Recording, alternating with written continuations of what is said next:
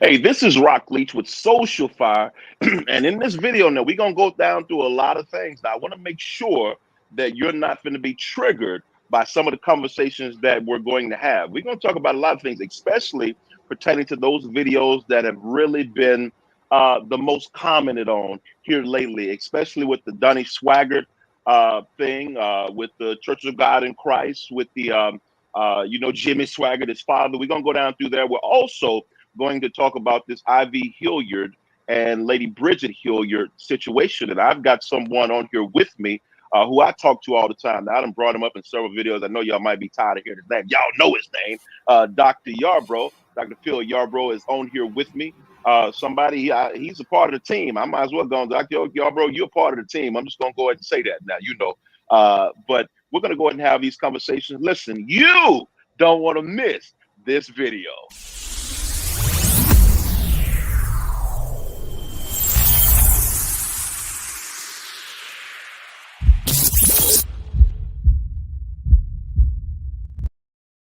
Now, Dr. Yarborough, I'm going to start this out with saying how much I appreciate you. I really appreciate you, and I know this was God ordained. You had the comments. I'm gonna tell you now. Don't try to sue me for this, but I know I done made probably about 13 videos off of some of the comments you done put down there. I'm gonna go ahead and tell you. It just I sit there and was like, wait a minute. Now this is proof. This is proof that on Social Fire, I like to look at people's comments and some of the comments, man, you've talked about that. It's not an agreeing on everything, but it's still respectful and in depth. It's just calls me to think like, wait a minute, okay, I didn't consider that. And I'm just grateful. And I think you said it one day, you was like, and I'd already told Jez, I was like, no, and the team know who you are. That's because we keep our stats and stuff like that. They already know. And you were commenting the most, but here's the thing about your comments, Dr. Yarborough, your comments were getting the most likes and responses, right? And so, because there's a lot of people that's commenting, and some of them comment all the time, and it's the same way every time. It's the same way and deserves the same response, which is to be ignored. I'm just gonna put that out there. I know, respectfully, we just scroll on, but yours were getting the most. And then you said it one day, and the team was already like, "You need to reach out to him." And the day I was thinking about it, I saw your comment, and you said, we need to talk. And I was like, all right, God, I see you, God. I said, isn't it crazy how God does that? And then our first conversation, I think being you said, I said, it's going to be a quick call. We did a video call. And I'm just talking about this for my appreciation. We did a video call, and that video call lasted about an hour and a half, a little over an hour and a half, me just talking. And it's like we've been connected forever. Like we've been connected. And Dr. Yarborough, just want to say that from the team, from myself personally, I really appreciate you. I really appreciate you, and thank God for you, because I know God did this. So everybody that's looking, welcome. We want to say welcome to Dr. Yarborough. I don't have my applause here. So Dr. Yarborough, how you doing today? How you doing? I'm doing good. Still in my recovery phase from spine surgery. But hearing very well, and the doctors are very pleased with how the outcome was. My wife here is still recovering from her open heart surgery, but she's still doing well. She's still in a bit of pain, but she's still doing well. So you get a little older, it takes a little longer to heal, but but we're doing well by the grace of God, and we here appreciate you just as much as you appreciate me. Me here and everybody here at Rhema Word and everybody at our partner church, Transformation New Life. We follow you now. We love the content. We laugh. I turned everybody onto it because they watched the video where you and I talk, and then they were like, "Oh, we've been missing out." Listen, I'm grateful for that. I was going to say, now I'm letting everybody into what y'all are really doing. Me and Dr. Yarborough talk like this all the time. This what y'all hearing like this is good. Even when I called him to check on him after the surgery, I said, "Now, are you back to turning cartwheels yet?" I asked him what you turning back to. He said, "No, not yet." just on shopping carts. Right. I got you. Dr. Yarborough, let's get into it. And we're still praying for your wife as well. Tell her we said hello. We're all praying, and I thank God for all ministry that your hands touch. Let's go straight into it. And I'm going to talk about this because it is the most incendiary conversation right now. I was taught growing up that two conversations that you don't have with people, just people you don't know. Those two conversations. One is about religion. Now I done got older. I don't care. I kind of look for the smoke now. I'm just gonna be honest with you, just being transparent. Most of y'all on social, I know that in the community. But it's religion, and the other one is politics. It is politics. That is something that can get a conversation going wrong. I'm gonna tell you how bad this climate is right now. I was pumping gas the other day. I was on pump 7 at a Quick Trip. And I forget what city it was. I believe it was Iowa City, right? And I heard this brother. I'm pumping my gas. You know, Dr. Yarborough, we pumping the gas. You kind of looking at your tire, looking at your tires and your car, see what else you need. I'm thinking about if I'm finna wipe my windows or not. Doing man stuff. You get what I'm saying? And while I'm doing this, I remember there was this brother at the pump next to me. Now, it wasn't a brother. It was lighter complexion brother. You understand what I'm saying? And he said, "Yeah, we got to get Trump in there. We got to get Trump in the, because Kamala Harris, she gonna do this, she gonna do that." And Dr. Yoba, this brother was talking, like I keep saying brother, it wasn't one of us, but a white brother. He was talking loud. He was talking so loud, I thought that I was going to have to look and tell him, like, man, I don't care nothing about what you're talking about. Why are you talking so? Because it wasn't really anybody out there but me and just people walking across the front. And he was loud talking. And I looked to see, well, maybe he's talking to somebody that's close to me. Nobody was paying him any attention. I'm saying that to say this. Right now in this climate, people are saying and doing anything in the name of an elephant or a donkey, right? What if Christians were that strong about what they would say about the cross and the power of the cross? So you watch the videos. Donnie Swaggart said what he said. I've already said what I said about it. I know you saw my opinion. Everybody saw my opinion there. Them videos, every time I do one, it's going to like 30,000 views. I want to know what you think. And I want you to be honest. Listen, roll your sleeves up, say what's on your mind. We ain't got no censor around here, Dr. Yarborough. I want you to go in and tell me what you think about what Donnie Swaggart had to say. And I'm going to put this in there. I haven't been too pleased with the response of the clapbacks that's been happening from black pastors. Some of them don't need to say nothing. After I heard them say, I'm like, man, you could have just been quiet what you said. But Dr. Yarborough, tell me what you think about all this. I saw what Donnie Swaggart had to say, and I looked at it several times because I like to get context on what anybody is saying. I don't like to make a snap judgment on what I'm hearing. I want to hear everything clearly. And I listened to the clapbacks the same way. I was like, and I kind of have a view like you. First of all, anybody wants to question me, I'll say it for the 9 millionth time in my life, probably. I'm neither Democrat nor Republican. I'm an unaffiliated voter. I have no dog in this race. I truly could care less as long as policy agrees with my values and my sensibilities. Come on. So at this point, truth be told, if anybody wants to know, let me give you full transparency. I can't support either candidate right now. All right. And the reason is we know what Kamala Harris stands for. We know her history by now, if we've been paying attention. I can't vote for somebody with a history like hers. I can't vote for somebody with her ideologies and her policies that she wants to promote. But then on the other side, I got Donald Trump. Okay. I'm a veteran. I'm a 22 and a half year combat veteran. I can't vote for a draft dodger. I can't vote. I was in law enforcement. I can't vote for a 34-time convicted felon. I can't vote for a misogynist. I can't vote for you could disagree with me if you want to, racist. I can't vote for a guy that's a thief. I can't vote for a guy that's committed 6 of the 7 deadly sins. I can't vote for him. Okay, and call myself a Christian and say I'm voting according to my Christian values. This is what I've said to somebody, and I said it to several people actually. If you want to vote according to Christian values, you can't vote. Come on. Say that. Listen, say that again for the people in the back. Say it again. Okay. If you want to vote clearly according to biblical Christian values, you literally cannot vote because there is not one candidate out there that aligns 100% Christian biblical values. Not one on the docket. And get this in your head. There's more than 2. People what I've also expressed to people is this. Come on. America, the average American has been brainwashed into this political thought process that we only have two parties to choose from. There's only two choices. If you look at the current ballot, there are 5 candidates for president on the current ballot. Come on. Why are we making it so much about 2? Why are the other ones so hid? No, I mean, I get what you're saying. Go ahead. I'm sorry. Because because there were 2 major parties and several minor parties, and the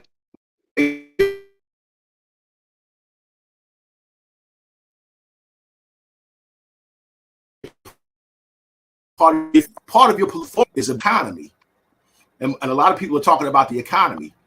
Look at what both sides have done to the economy. Now, Dr. Yarborough, this is what I want you to do. Back up just for a moment, because it looked like it cut out just a little bit. I don't want nobody to miss what you said when you was talking about the other parties. Go ahead. Go ahead. Okay. What the other parties are is we have these other what we call minor parties. Democrat and Republican are the 2 major parties. Okay. Right. The 2 major parties get all the press because they're the ones that generate all the wealth, all the money. Okay. Okay. So they're able to pay for the press. The minor parties don't generate those kind of income through donation to get the press. So they get no attention. Okay. Well, if you're worried about things always getting better for the rich and you're middle class or poor, think about what both sides have done for the economy for you. They've never done anything good for your economic interests. So why don't you choose somebody from one of the other parties? Because they may align better with where you come from. When I look at the presidential election, I'm reminded of a movie from years back, Head of State. Okay. Chris Rock, Head of State. Chris Rock, I remember it. And the line I remember in the movie, and it was a movie even before that with Richard Pryor. Both movies used a similar line about a vote, and it was none of the above. Vote none of the above. Don't vote the 2 major parties. Okay. That's good. Okay. Voting. The other thing that people don't know about this is on your ballot, there is a spot that says write-in. Okay. How many people have ever written in somebody other than what's on the ballot? I've done it several times. Now, it's not saying that person's going to win, but what it's saying is I refuse to bow to a system that is not designed for my best interest. It's a statement piece. If more people started to think that way, we could literally facilitate change. Remember, Barack Obama ran on change, and very little, and I'm gonna say it, very little changed. At least very little for the better. If you truly want change, you do something different. Stop operating in political insanity. Insanity is to do the same thing over and over again, expecting a different result. Let me ask you this, because you brought up Barack and different things like that. And I remember, I believe that at first, initially, many of us were, because I can remember when he was elected to office. For me as a black man, I'm just going to put this out there, and I want you to comment freely. For me as a black man, I remember the feeling that I had seeing a black man in an office that I thought we would never have. Nobody that looked like me, that had this nappiness, you get what I'm saying, would ever be in that office. So it's almost like we didn't care nothing about nothing then, except for the fact that something that we never thought we would see was happening. The second time around, we started looking at what these policies are going on. I think it was just we as a black people wanted to win so bad, and Barack Obama for us became that win until we started looking at the plays he was running. Yes. What do you have to say to that? Go ahead. And I had a similar feeling, saying something that I thought I'd never see in my lifetime. I'd said it to my sons before he was even on the radar. That I said, I'll never see a black president in my lifetime. I said, you guys might see one, but I'll never see one. And then we see Barack Obama. And I had that sense of, finally, we get one. Oh my God, finally we get one. Right. I'm willing to, and I'm willing to, I voted the first term. I'm willing to admit I got caught up in my emotions because I was like, same. I thought this would never happen. I got caught up in my blackness. This would never happen, and here it is. This is history making. But by the middle of his first term, all of a sudden, that feeling went away. The infatuation, I'll say, went away. Right. It was like, what is this man doing? And things like ACA, it had its good and its bad, because ACA got my wife insurance when she couldn't get it because she had pre-existing conditions. Okay. So she got healthcare coverage through ACA, but then the bad side of ACA wasn't nothing affordable about it. Okay. It's called the Affordable Care Act. And when I was looking at the premiums we were paying, I'm like, there's nothing affordable about this. Right. Right. I agree. So they gave it the wrong name. So, if you want to make it affordable, and I've had my ideas on how to fix the healthcare system. Everybody doesn't agree with them. They may not be the right ideas, but I have them. But I really got disenfranchised. So by the second term, I couldn't vote for him anymore. I was like, okay, you know what? He's doing stuff that doesn't align with my Christian values. He's behind stuff that doesn't resonate with what I need or what I desire, for, not just for myself, but as a church leader for the people I oversee in the congregation and the community I serve. I like, it's not helping. We're going to the poorhouse, and DC's getting rich again. Look. That's you. I could talk all day on that. I'm sorry. Yeah, I could talk all day on that. What do you think about what should the proper response to Donnie Swaggart be? Because you saw that just like I did, and I didn't agree with how he said it. Now, here's the thing that I noticed in the comments on this channel. I've got a lot of black people who like to tell me that they black, and I ain't see nothing wrong with how he said what he said. I think it's a difference between saying "shut up" and "be quiet." You get what I'm saying? I think it's a difference in that, and I think that it has it because it's almost like, and this is where I was coming from. Although, let me just say it like this: I believe that the way he said it ignores the struggles of what our ancestors gained from the safety of the church. From the civil rights struggle, from being lynched when they would have safety in that church. See, church for all of us, that's why it's called the Black church, because we all view church differently. Many of us view that as that's the only way Big Mama them would say, that's the only way they kept their sanity. That's the only reason Big Daddy didn't go out there and kill folk, was because of the word they was receiving at church. Now, that's just a view of it. I just felt like the way he said that ignored that. Now, that doesn't mean he got to give respect to that. I'm just going to say that because he can say what he want to say. True. But I just feel like that there was a different way that he could have said it. Yes, you said it in your comment. The one problem is they calling it the Black church. I get it. One baptism, one say, I get it. I totally get it. God's not coming back for a church and I'm going to take one brown church and one blue church. No, that's not what it is. Give me your thoughts in that area right there. Give me your thoughts. And Dr. Yarborough, give me your unapologetic thoughts, sir. As I always will. Talk, sir. Talk. First of all, like you, I am a product of Kojic. I'm no longer with Kojic. I haven't been with Kojic for over 20 years, but I'm a product of that church. I still have friends and people I consider family that are in the organization. Kojic, like any other organization, isn't perfect. And so I left because of some of the problems I saw, some of the disagreements and doctrinal disagreements I had with them. Okay, right. It's neither here nor there at this point. What I look at Donnie Swaggart saying is, I don't disagree with what he said. I disagree with 2 points. And that is how he said it, and is he the voice to say it? Oh, that's good. Come on, talk, okay. Give it to us. And the reason I say, is he the voice to say it, the reason I ask that question is this.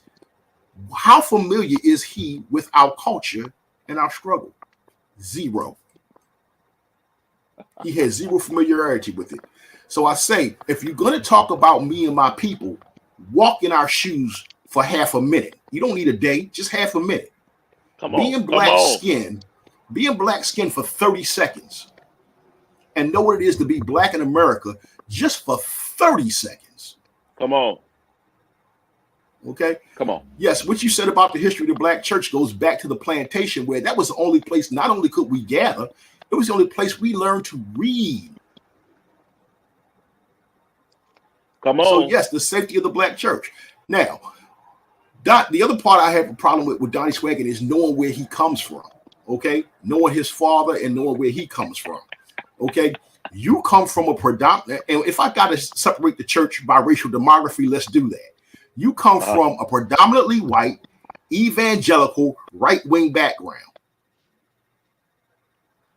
Now, let's look at what the evangelical. Help yourself. Help yourself. Now, let's look at what the evangelical right is supporting right now. Let's look at what they're supporting and who they're supporting right now.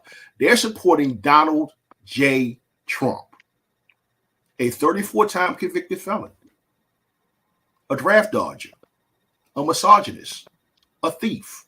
And if you want to talk about voting according to Christian values, miss me with all that. Come on. Find me a truly Christian candidate. I guarantee you probably can. And here's the thing. So they get off your pony, riding through what the black church has done and who they supported. Yes, I disagree with that. Kamala Harris should have never spoken across anybody's pulpit, but then no candidate should. Right. So let's talk about so I'm about a fair and balanced argument. That's my thing. If you're going to levy a charge against any church, do it across the church wholesale and do it fairly, do it balanced, do it evenly. And then the other thing is this: if you don't know my culture, there's a gospel song that says it better than I can say it. Sweep around your own front door before you come sweeping around mine. Listen, I'm gonna jump in here real quick. This is why I love it. I knew you was gonna come with it. Listen, I'm gonna say this right here. The late G.E. Patterson. Now I did do a video. This is not that, but I want to make reference to this. He said this in as it pertains to women preaching. He said, the church will have righteous women living right according to the word of God, honoring their home and everything. They'll preach, and we'll have them preach on the floor. This is what he said in his church. Have them preach out there on the floor, because we'll say, hey, no woman be in this pulpit. But he said, we'll let the politicians smelling like liquor. Smelling like last night's party. Get in our pulpit and talk to our people without no problem at all. Exactly. I don't know if you saw that. I saw it. I was like, listen, come on, GE. Yes. So let me do this right here. We're gonna take 48. We're coming right back. Hey, what's up, family? Welcome to Social Fire eChurch, where we dive into faith, tackle tough conversations that the church won't have, and walk this Christian journey together. I'm Rock Leach, and I'm so excited that you're here. If you're looking for real talk about faith, spiritual warfare, and practical insight to help you grow in your walk with God, you're in the right place. Every week, we bring you content that challenges you, inspires you, and builds you up in the Lord. If you're ready to go deeper, laugh, learn, and be part of a community that's on fire for God, hit that like button and that subscribe button and join the Social Fire family. You don't want to miss what's coming next. I want to talk to you real quick. And we're going to get into another subject here. And that's about divorce. And it's about divorce as it pertains to church. From that last conversation, I almost gave the church a color, but we're not giving it a color. We're just going to say with it as it pertains to divorce in church. All right. So we have two instances right here. Now I'm going to give both of these instances, and then we're gonna look at a more major problem. But I got to look at each individual problem. Now I'm going to start with the most familiar one, which is, and that's because it is in TMZ they ran up on this gentleman, and that is with Dr. Judge Mathis. Now, Dr. Judge Mathis, it says here on August the 22nd, Judge Gregory Mathis, wife of 39 years, Linda Mathis, filed for divorce. Now, what happens is that, they were able to obtain the court documents and stuff like that. TMZ then ran up on him. You know how they do. They like to jump out of restrooms and air-conditioned vents, whatever. and try to catch you off guard. And they called him, and he said, "You know what? I have not been a good husband. I'm fighting to keep my marriage. I'm fighting to keep my marriage." And he said, maybe this is for me to be maybe my story will be a tale to other men about, working too hard, being gone too much, and different things like that. He said, look at me now. Y'all caught me here at the airport. I'm on my way out doing something else. He said, and I'm fighting for my marriage. And so he said they were actually still in the same home. Now, I want to ask you about that before I get into the other part of this. How often do you see this kind of thing with men in leadership who have so much ambition that they allow their ambition to become the other woman? They allow the things that they want to do, they want to achieve, pastors, preachers, because this happens a lot across the board. Talk to me in that. I saw it in my own life, in my first marriage. I wasn't in church, but I was attached to my job. I was attached to my business. My business became my wife, and my wife became the other woman. It happens. What we need to see more in that area is more transparency about that. That's why I use my own testimony in that area to say, yeah, okay, my wife, yeah, she left me, and yeah, she had an affair, my first wife.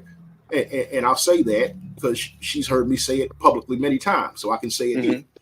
But I'll take my portion where I said I was gone out of a 24-hour day. I was gone 20 hours, 6 days a week.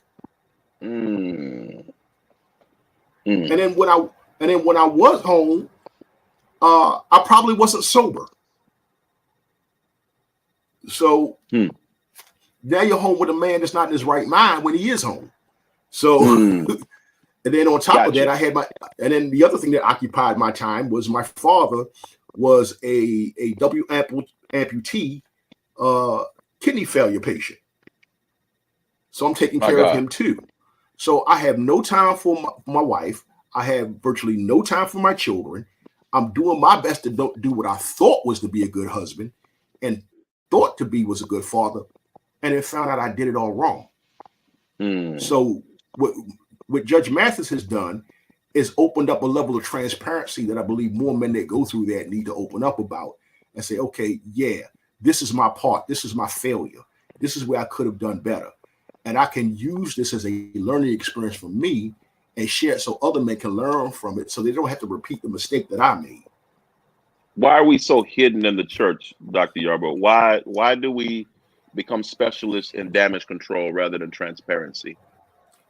I think because we concern ourselves more with putting up an image of what we think is holiness instead of dealing with what God called holy. And I preached this before, that we have our own standard of holiness, and we don't look at what God has called holy.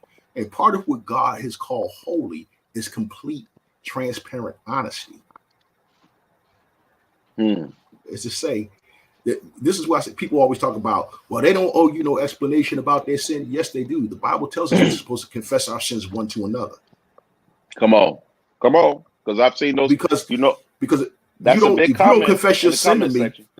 If you don't confess your sin to me and I don't confess my sin to you, how do we know what to pray for? How do I know how to restore you? Because what am I restoring you from? Okay, Galatians 6:1, you with your spiritual restore such one in the spirit of meekness, lest you also be tempted. I don't know what I'm restoring you from if you don't confess to me what's going on with you. Let me ask you this, Dr. Yarborough, and because what you're saying is good. I totally agree. Here's the challenge that I believe that some people will go to, because I've heard people say this. Well, I want to confess it, but everybody can't handle where I am. And whenever they say that, I know you've probably heard that just like I have. People say that in church. I believe it's a way to paint with a brush that says only a particular kind of person can hear where I'm at. I don't trust everybody. But that could be a level of pride too, keeping you from confession. I'm just going to be honest with you. So what do you say in that regard right there? People who want to say only certain people, but let's be real. They'll never find them people because they're too prideful to share it with anybody. Yes. What do you say in that regard? I agree. That's a level of pride. I also think it's an insult to people's intelligence. It's like, what, I'm not mature enough. I'm too dumb to handle what you're dealing with. Are you serious? Like, come on. It's like somebody sitting in the church and saying, wait a minute, I've been saved, sanctified, baptized, and Holy Ghost filled for 40 years, and you're telling me I'm not mature enough to handle what you're dealing with? Really? So how grown do I need to be? We call 18 an adult, 21 is legal. If I got 40 years in this walk, how much more do I need to walk with him to be qualified to hear your struggle? Why do you think now, in your experience, because I believe I know the answer from mine, I'm going to share it with you, but do you think that that's a bigger problem in churches of people, in the black church, I'm going to go and say that, or is it why? Because in my experience with the white church, they quick to share quicker than we are, in my experience. But do you believe that is something? Because black men won't share. That's why we suffer from mental illness so bad. Because many times we like to bottle things up because we've been told to walk it off and all that kind of stuff. So how many brothers are in a marriage leading while bleeding because they won't talk to nobody? I mean, what do you think as it pertains to the talk to me there? Talk to me there. Too many are, and yeah, it's a cultural thing for black people because, again, like you said, we've been taught, suck it up, you're a man, deal with it, walk it off, shake it off. Don't let them see you sweat. Don't let them see you cry. But guess what? It happens with our black women too. There was a time when my wife was going through a struggle, and a pastor walked up to her and said, "You're in leadership. Never let them see you cry." And she looked at like, "What? What I'm dealing with?" And she was dealing with the death of 3 close relatives back to back. Right. So her father, her mother, it was first her mother, then her brother, and then her father died back to back. I mean, within like 18 months. And she struggled with that. And like, but you're in leadership. Don't let the people see you cry. Wait, what? I'm not human? So, yeah, we had this cultural issue. We had this doctrinal issue that's become, and I hate to say it this way, but it is what it is. It's become black theology. Say that again. Say it again. So it's become what I refer to as black theology. And black theology says there are certain things that are not for public knowledge. Yeah, there are certain things that are not for public knowledge, but then if I'm struggling, how long am I supposed to hide that? And that is what I'm asking. Go ahead. It eats me, it consumes me, and I never get the help I need. Are we becoming, as a people in this regard in ministry, are we becoming better at hiding? And because we're becoming better at hiding, are we just teaching others how to hide by them watching our example? And there's a level of expectation for us to hide it. Does it make sense? Yeah, but I don't think because now that we have social media, everybody's got a camera on their hip. We have not gotten better at hiding. We've got better at allowing ourselves to be exposed. Now that was because good. If I reveal it openly, you can't expose me. Okay. I had a situation just last year with a pastor in Cameroon, young pastor in Cameroon. Long story short, he took me for a ride. I thought he was being faithful and true to the call, and he was taking advantage. I was supporting him. He wanted to be under my covering, and I always go to my board with anything like this before I make a decision. And now let me preface this with this. You all, Dr. Yarborough is not just a doctor. I know we talked about his resume as far as the psychology, different things like that, counseling, all that. But he's also an apostle with churches, I'm gonna say globally. And so I know when you're saying that, I just want to make sure people understand. So go ahead. I'm sorry. Go ahead. Yeah. So yeah, he was part of our global network, and I took him under my wing, and was trying to mentor him and counsel him. And about 9 months into the relationship, I started noticing a trend. I met with my board before I made the decision to take him on. Even I always go to my board and say, "Okay, I need wise counsel on this." let's check this young man out. And we did a video call with him, and he met the whole board and spoke to them and prophesied over them, and everybody fell in love with this young man. Right. But along the way, I noticed this trend 9 months in, that every request when he called me was for money. Money. Mm-hmm. And then it was always at an unreasonable hour. I remind him, there's like a 9-hour time difference between Cameroon and here. So I'm like, you got to respect that time difference, young man, because if you want me to be your covering, that means you're submitted to my authority. Right. And my authority is I meet with pastors on my time, not their time. Right. Because they have you spread thin with that kind of. Right. Yeah, because I have a daily schedule. I had to tell him, I have my elderly mother and her sister, 80 and 81 years old, that I'm responsible for. I have my wife, who is 4 years older than me. I'm 60. Mm-hmm. Okay. This young man's 30, and I'm letting him know. And then he got disrespectful a couple of times, and I had to let him know. Hold up. Right. My children are older than you. Right. So let's put it in park for a minute and get the respect back. And then he would go. I mean, one time he almost got me thrown out of court because he insisted on calling me while I was sitting in court. No. And I was like, and I kept sending a text message, I'm in court, I can't talk right now. And he said, 3 and 4 in the morning, my phone would ring. I'm like, I'm asleep. I've been going all day long. I can't. Right. So then I went back to my board and showed them all the evidence, explained things, and said, now I'm trying to be gracious. I'm trying to be nice, but I think I need to cut him off. Yeah. Yeah. And then I went to my board and they said, you need the counsel of somebody that knows more than we do. Fortunately, I have a friend that lives out near you. He has been dealing with churches since I was a teenager in Africa. So I called him. I said, doctor, I need your help. I need your advice. I need this. And he said, I got a guy from Cameroon. Let's have him checked out. Mm-hmm. I spoke to his friend from Cameroon. He said, yeah, I haven't been to Cameroon in 20 years, but I've got people on the ground there, still back there in the country that are friends of mine. Gotcha. So he said, send me everything he sent you, because I always ask for documentation. Send me the documentation he sent to you. Let us review it, and we'll get back to you. Less than 24 hours later, he sends back to me. He says, everything he sent you is fake. All the documents are fraudulent. So he's been lying to you the entire time. I went back to my board and I said, well, we found out he's been lying. We all agreed, cut him off. Right. I had to cut him off because he began to do things that were outside of church protocol, reaching out to my family members. Oh, wow. That aren't even in church. Reaching out to because they're connected to me on Facebook. Reaching out to people I went to school with, reaching out to old business partners, reaching out to Facebook friends. I'm like, they don't know me like that for you to be reaching out to them. Yeah. Yeah. So stop. Cease and desist. And he wanted to continue.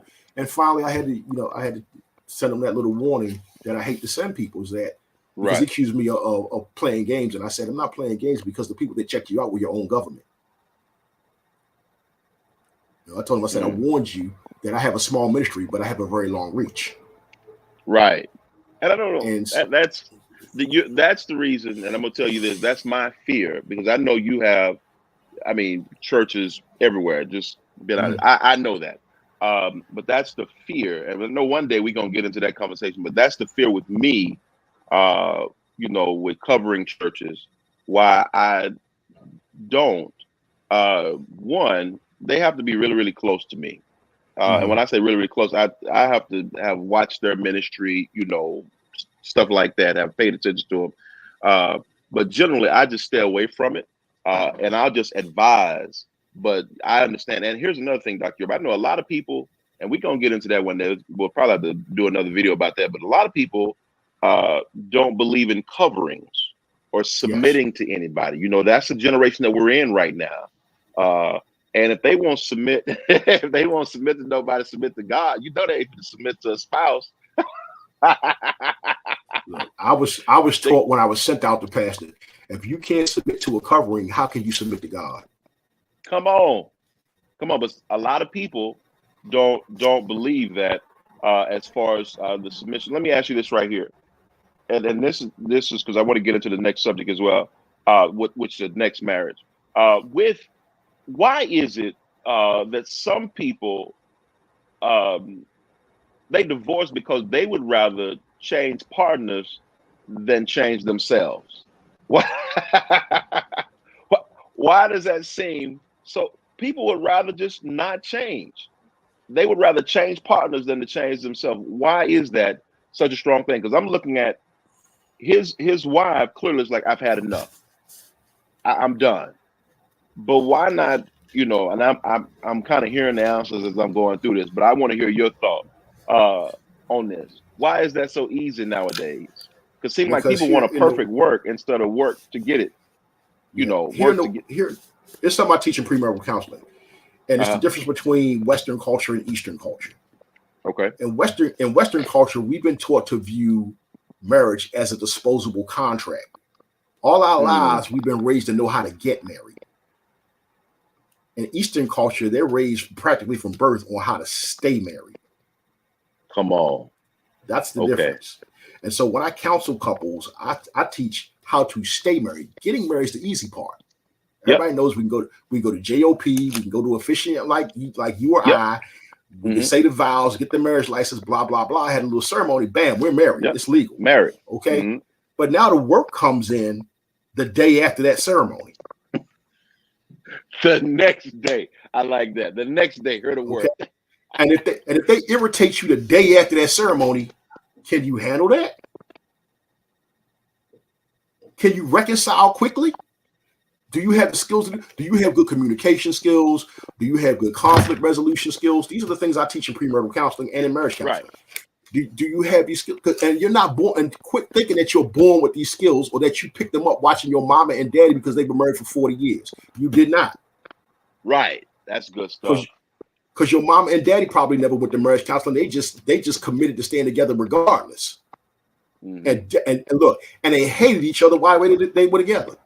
Right. I was just telling Jess that the other day. I told Jess, I said, I don't want to be up in age, 80 and 90, and I'm looking at you and calling you out your name. I don't like, even in the Tyler Perry plays and I'm seeing them do old people.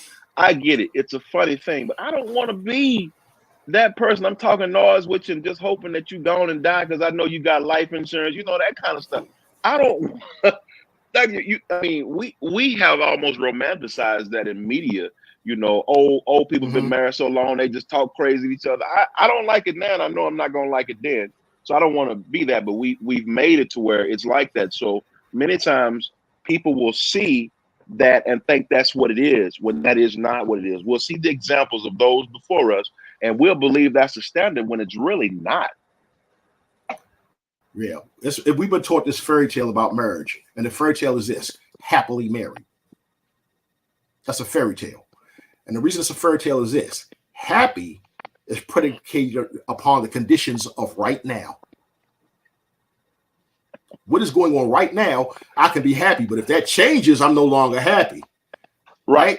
I don't teach people about happy marriage. I teach people about being healthily married, because health is predicated upon the things that you've done all along.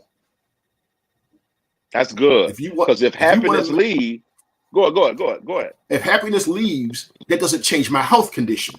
God, come on. Okay. If I've been practicing the things I need to do to be healthy from day one in my marriage up until the point we get unhappy, we can get past unhappy. And my wife and I, an example of 17 plus years of marriage, we weren't always happy together. Come on. We argued, we fucked and fought. We had to go through the adjustment period of getting to know each other. Even though we had known each other before we got married, living together is a whole different situation. We had to get used to each other's routines, each other's idiosyncrasies, the likes and dislikes we didn't think to discuss before we got married, all the little irritants. We had both been through previous bad marriages. The residue from that was still there. We had to wrestle through all of it. But because we committed to being healthily married, Right. And we always do. And to this day, we still do what's called a health check-in. We sit down, we lay down next to each other in the bed, and we go, okay, where are we right now in this marriage? Come on. No, that keeps you healthy. What is your condition mentally, spiritually, and physically right now? We go through that, you know, praying together, praying for each other. We go through these things, you know, checking in to say, hey, how you feeling? What's on your mind? Come on. What's going on inside your psyche, your heart? What's going on with you? Where's your walk with God right now? That's those good. kinds of things. What's going on? I'm disabled and retired. My wife still works, and she works a 12-hour shift. When she comes in from a 12-hour shift, hey, what you want to eat? What are we going to do? These check-ins, these little things check in, and constant communication. And here it is, effective communication, not just communication. Keep talking about, people get divorced for lack of communication. No, it's ineffective communication is why they get divorced. Right. Oh, this is good. You blessing people with this. Listen, those of you that watch it, if you agree, get down in the comments and say what you like it about what he said. If it's good, say it's good. We look at here. I want to see. Go ahead, Dr. Yarborough. We think of ourselves as effective communicators, and we're not. We have to be taught to be effective communicators. An effective communicator knows how to listen and repeat back what they heard. Okay. I learned this during my military career because I was part of my job was being a radio operator. Right. Being a radio operator and being a telephone operator in the Army, what I had to do was say, okay, message got sent. I'm copying the message down. And I go, okay, let me say back what I heard. Okay. Confirm that I got the instructions correct. Okay. Right. And if I didn't get the instructions correct, then the person had to repeat their message a different way so that I could get it right. Okay. This would go back and forth. I'll say, okay, am I 100% on point? Yes, you are. Okay, now I'm ready to go with the instructions I've received. Okay. Right. If I disagree with an instruction, I have to effectively communicate what I disagree with. And sometimes that takes several communications to say, okay, here's what I'm saying back to you. Here's my situation. Gotcha. I can't do what you want me to do because A, B, C, D. Did you get that clearly? Gotcha. They will say back, yes, they did. And they'll repeat it back again. I say, well, okay, this is the part you missed. You got everything but this. I need you to get this because this is also going on. Did you get that? Yes, we did. So what I heard you say was such and such. Okay. This is how so effective communication is consistent exchange of information. It is not one person doing all the talking, right? The other person hearing but not listening. That is good. Let me ask you this right here. You know what? Because let me do this right here. Then we gonna come back. I'm gonna give me 15. I'm Rock Leach, and welcome to Social Fire E-Church. We bring the fire, but it doesn't happen without you. Subscribe and join the movement, and let's keep this fire going together. Let's go. Dr. Yarborough, of course, and I know you've heard about this, and this is going to be the second half of what we're going to get to right here, which is I know you've heard about the Hilliard family crisis, and different things that are going on with Ivy Hilliard and Lady Bridget Hilliard there. She has been to the hospital. She put this photo out on social media that has since now been deleted, where she had a very large knot or so on her head, and it's now since been deleted. And she's come out and talked about what really went on, as far as she supposedly was hit in a theater in her back with a door or something. And she said that it caused her some severe pain that she's never felt before. Now, when people saw this knot on her head, I did a video. Several other people did videos. We all did videos because I wanted to hear from Ivy Hilliard as far as what's going on here. And even what, just thinking Ivy Hilliard would clear all this up. But it seemed like it left more holes in what's going on. When we see a Bridget Hilliard, a woman, and I want to put this out here, who hadn't been involved, as far as I know, in any controversy. I'm going to be even more personal right here, like I am when I talk about, Kojic, anything like that. I have been to several of their conventions. I've bought several of the books that the Hilliards have put out. I have. And applied them in ministry. But when you see somebody who haven't been involved in any kind of controversy, any kind of drama, and they put a picture on their social media with a knot on their head, it draws all kinds of questions. Now, what happened is, Dr. Yarborough, I was hoping that Ivy Hilliard hadn't turned into Ike Turner. Now, I'm just being honest right there. I don't want to believe that the bishop had a moment and decided to put his hands on, Lady Bridget. Now, I'm not saying that from a messy standpoint, but I love both of them. Let me put that out there. Love and respect both of them. So you don't want to believe that's going on. And if that did happen, please don't put that on social media, because that's, once again, that's a judgment thing. And I just did not believe their judgment was like that. Now, there are several people that came out and said there was some level of mental illness that Lady Hilliard was experiencing. I noticed that when Bishop Ivy Hilliard spoke about this, he talked about a lot of different things, told people don't believe the tabloids and different things like that. But he brought up the word laws. He did bring that up, and I didn't see where that was even necessary, but he said it just for a split second. And I know that Lady Hilliard have said on her social media that she is now a resident of Florida. I know that they have a home worth $15 million. I'm just putting that out there.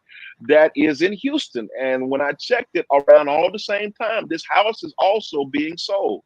My question that I want to ask you, and I want you to talk unapologetically again, sir. I want you to talk. Let's be real. I don't want them to be going through a divorce. We've known them, We all know about the estranged daughter. That's not a secret. Everybody know about that. But look like the estranged daughter is fine, and they are fine in that. So whatever, I know that caused her some pain, but she's matured, and she talked about that. And so I'm not going to go into that. But when it comes to this, do you believe that this is the signs of a divorce? How do you believe that Ivy should have handled this, or Bridget should have handled this? She's even admitted in her last interview where she was talking to Bees Girls, that's her nonprofit. She didn't give mention about her husband at all. She talked about everybody else. She talked about the kids. She talked about her friends. She talked about the cat at the house, the gerbils. She brought up everybody, Dr. Yarborough, except for her husband, Bishop Ivy Hilliard. So there are so many things. I want you just to talk to this, because you saw the information that we put out, them questions. You saw other information as well. Talk to this situation, because I think there are some things that's going on here. And to me, it looks like the beginning to a possible divorce. And I'm praying that that's not the case. But, I mean, it's quacking like a duck, So tell me your thoughts in this regard. To me, it indeed looks like the early signs of a divorce. I too am familiar with their ministry. I followed Ivy Hilliard for decades. You and I talked about how I knew Zach Timms personally, grew up in the same neighborhood, grew up a few doors away from him. So Ivy Hilliard and Zachary Timms were in the same organization. That's how I became familiar. This is difficult to watch for me, because I'm a person that can't go somewhere and have a conversation of that magnitude without mentioning my wife. Come on, I can't just talk about everybody else and my wife doesn't come up in there. I mean, even in church when I'm brought up to preach, if she doesn't introduce me, I got to acknowledge my wife. If my wife didn't go to me to a church event, I still got to acknowledge, in her absence, my wife. Right. I've been places where I preached and my wife couldn't come. Even when I went to Kenya last year, my wife could not come because of her medical condition. They put me up to preach, and I immediately said, give honor to the God, the pastor, the whole congregation, and I can't leave out honor to my wife in her absence. That has to happen. Because that shows that there's solidarity in our marriage and there's unity. If they were going to address this, and I want to specifically say, I watched the video with Bridget Hilliard saying what happened to her. One, why did she mention her husband? And two, why did they do a video together? Come on. If they couldn't do a video together, then say so and still mention your husband. This was a few years back. My wife decided when she hit 60 years old that she was going to try to learn to ride a motorcycle. Okay. I'm part of a motorcycle ministry. And so that's right. I took her to, and she didn't think ladies rode motorcycles, but I took her to a convention and she saw in Ohio, and she saw all these older women riding their own motorcycles. like women 60, 70, 80 years old riding their own motorcycles. She said, and they kept convincing her, yeah, you can learn to ride. You can do it. My wife never even learned to ride a bicycle, but you can ride. So I said, well, here's the deal. I said, you see what I ride? I ride 3 wheels, so we'll put you on 3 wheels. Safest is the easiest thing to learn to ride. So she goes to the course, and I noticed my wife's a bit twitchy with a throttle hand. So I kept saying, you can't do what motorcyclists call whiskey throttle. You can't get crazy with the throttle. Just like with the car's gas pedal, you don't stomp on it. You got to ease into the throttle. It's just you're doing with your hand what you do with your foot. Right. Somewhere that didn't resonate with her. So I'm off on a ride all the way out of town that morning, and she's at the course, taking the course to learn to ride. And I get this call, and this is crazy how things can happen sometimes. My Bluetooth in my helmet was not working that day. So I'm on the highway, and my phone keeps ringing. Finally, I get a place to pull over and see, okay, why is this number from the YMCA calling me? I call it back, and the guy, your wife was in a bad accident. And I say, okay, how bad? He's going, well, shock trauma's coming to get her now. Which I said, well, how she crashed? How she crashed the safest thing they have on the road? Like she hit the curb and flipped the machine over on top of herself. Oh. So, okay, so now I have to race all the way across the state to get to shock trauma. And this is my wife, so I broke every traffic law there was to break. I know that's right. I know that's right. Yes, sir. I should have been in jail. I agree. I understand. Just saying I understand. Go ahead. I had a land speed record and everything. Well, I get to shock trauma. This is during COVID. So I get there and I can't get in to see her because of COVID protocols. Protocols. Right. So I'm waiting. And they said, we'll call you. It was about 2 a.m. when they called me and said, we've got her stabilized. This is a condition. She's got multiple contusions to her face, fractures to her face, fractured her nose, fractured her pelvis. She's got bruises and stuff all over her body, blah, blah, blah. But we've got her stabilized. She'll probably be here for about a week to 10 days. I can't go see her. And this has happened on a Saturday. So Sunday, I call the church and I say, look, I'm not going to be there because I'm still waiting on getting status on my wife. One of the other pastors can preach. Right. So I'm not going to be there. Okay. We rotate preaching anyway, because I have so many ministers on staff. And I want everybody to have an opportunity to speak. But I was like, it was my Sunday to preach. I'm not going to do it. Put somebody else up. We'll figure this out later. Pray for my wife. Yada, yada, yada. I got on our page and I made a video and said, hey, pray for my wife. Here's what's going on. So the next day, so there was no speculation as to what was going on, because the day after that, my wife posted a picture of her face of what happened. Right. And people were saying, and people that don't know us were saying, they know us from the outside. They don't know us from the inside. Right. And they were saying to my wife, messages like, you don't have to lie to cover your husband. He beat you, didn't he? You tell us.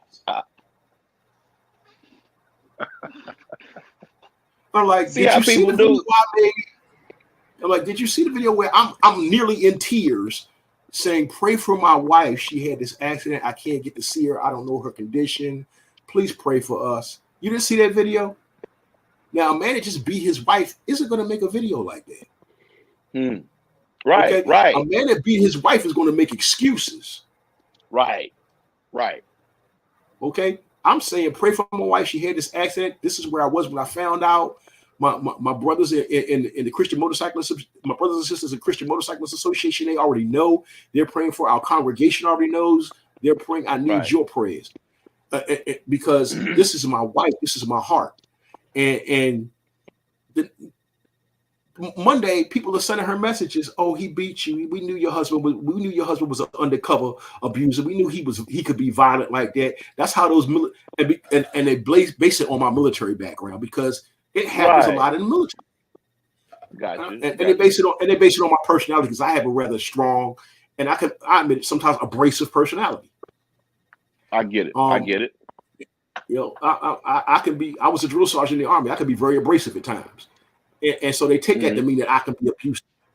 And I'm like, My mother will tell you. My mother, all of her sisters will tell you. They have never seen me put my hands on a woman with the intention of hurting her. They've never seen that is something how people do that. I mean, women that have given me cause to. Women that have spat in my face, hit me, attacked me with weapons. I may have pinned them to the wall, but they never seen me beat one down. Right, yeah. Right. They'll tell you that. And so these people are making assumptions. And my wife's saying, no, that's not what happened. I literally had a motorcycle accident. My husband did not do this. My husband is taking very good care of me. He is doing the best he can. So she stepped out and cleared the air. That's what she did, right? Even though there were still people that were saying, no, you were abused, she was still clearing the air.